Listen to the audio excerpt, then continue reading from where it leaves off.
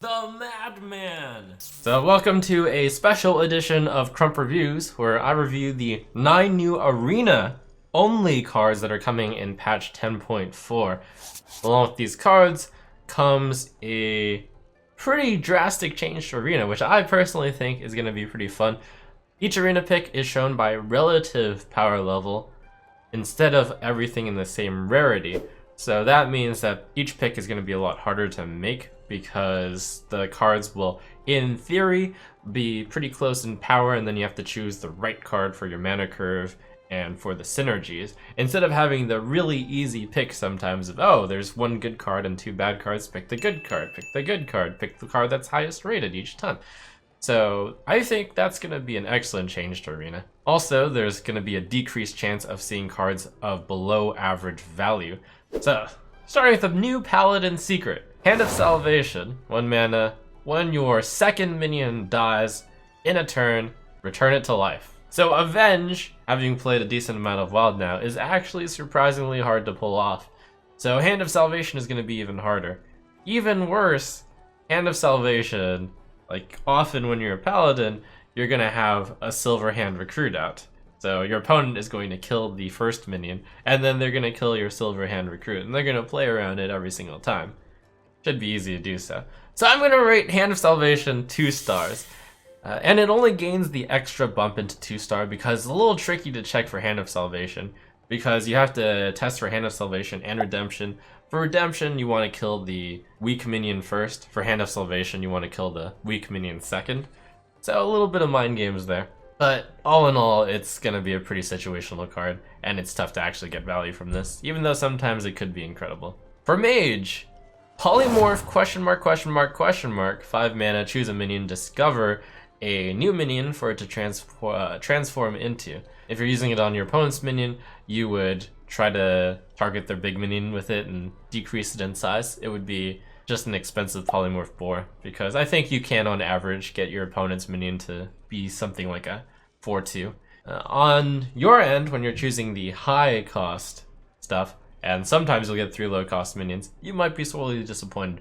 A lot of variance to this card. I think that it's a lot less consistent than either Polymorph, of course, which is a great card, or Polymorph Boar, which is a less good card.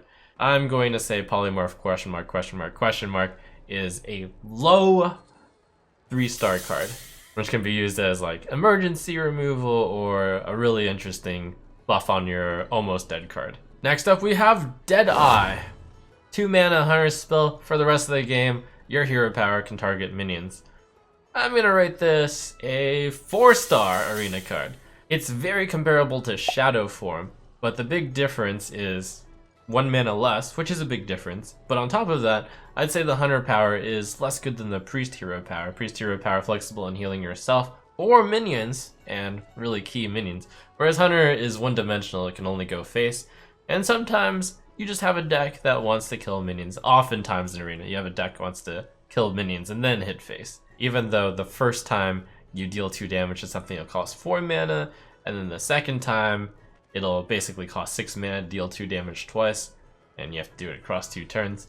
But I think the payoff is there, eventually. So whereas Shadow Form is closer to a 2-star card, Deadeye is pretty close to a 4-star card, I'd say. Nature's Champion.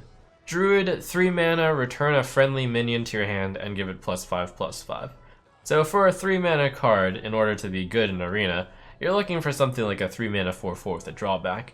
So this gives you a 3 mana +5/+5, but the tempo loss is outstanding. You're sapping your own minion back to your hand. I think all in all, that's way too slow in Arena, and I'm tempted to rate it 1 star, but I'm going to rate it 2 stars. It's just way, way, way too slow. Next up, we have the Warrior card, Blazing Longsword. 3 mana, 2 attack, 3 durability weapon. Also damages minions next to whomever.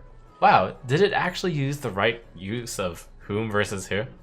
Alright, anyways, next to whomever your hero attacks. 3 consecrations in 1 weapon. That's ridiculous. This is probably the best card in Arena. Something like that. It's a 5-star card. My only shame here is that I could not make it a 6-star card. Warrior is basically the weakest Arena class, so it's a really good class to give the super weapon too. But isn't that a little bit much? That card's ridiculous. Next up, the Warlock fun card. A Bottle of Madness, a 0 mana, replace your hand with random demons. It's a lot like Renounced Darkness, which is a terrible card in Arena. This too is a terrible card in Arena. It's 1 star, really easily. Shaman Card, 0 mana spell Crackling Doom, deal 12 damage to all minions, overload 10. Okay, so when I said the Warrior card is the best card in the game, maybe the Shaman card is the better one. So it kills your next turn, but the turn that you play it, you can actually play all your minions. So you start off with a board, and your opponent will generally have nothing whatsoever. That card is ridiculous. Volcano is considered a 5-star card in Arena, and Crackling Doom, I think, blows it out of the water because it costs 0 mana and then you can develop your board immediately, whereas Volcano was generally you play it and wipe out your opponent's board. I don't even quite know how this card got past QA, to be honest. We'll make an exception. Crackling Doom, 6-star card. This card is just absolutely bonkers. I don't even know what to say. This is the first 6 stars I've ever given a card. But Crackling Doom is so off the charts insane that you gain the special honor of the legendary 6-star card. This card is absolutely ridiculous. I hope it does not go into print in the current incarnation. Next up, the Rogue spell Smoke Bomb. 1 mana, give a minion stealth until your next turn, draw a card. Really cute application is that you can actually give your opponent's taunt stealth, and then you can have lethal, or you can kill off the opponent's card that the taunt is protecting. I'm gonna give this 4 stars because it does have a lot of utility, and one of the biggest applications in Arena that you can use it for is you do a trade of a minion, you leave it at 1 health, that would usually get hero powered, but pow, Smoke Bomb, and then you can use that minion to trade again. So Magma Ragers are really good in Arena when they're stealthed. That's why the Stealth Magma Rager is actually really good for Rogue in Arena. And finally, last but not least, but honestly pretty bad, is the Priest card. 2 mana, Generous Spirit. Choose a friendly minion, give it to your opponent, and draw 3 cards. So, 2 mana, draw 3 cards, you say? That's insane. And obviously this card couldn't get printed and constructed because it would be absolutely insane with Doomsayer, but this is Arena. Well, we can compare it with 3 mana, draw 2 cards, which is par for the course. You're giving your opponent, hopefully, a card worth about 1 mana, because you give them a 1/1 or 2/1, something that's traded, in theory. How painful is it for Priest to deal with a 2/1 minion? It's pretty painful. So even in the case that you're giving your opponent just a 2/1, that basically counts as losing a card from your end and your opponent gaining a card. It's a long ways away from being anywhere good. So even in the situation when you're giving your opponent a 1/1, it's not even that good, but notably, card draw is really good in the late game. Anyways, 2 stars for the situation in this, but not 1 star because in the late game it's actually pretty good. So there's my ratings for the 9 new Arena cards. Look forward to playing the new Arena with the different rarities in the same picks and the about same-ish levels of power in the picks. It's going to make for a much more interesting card pick choice each time.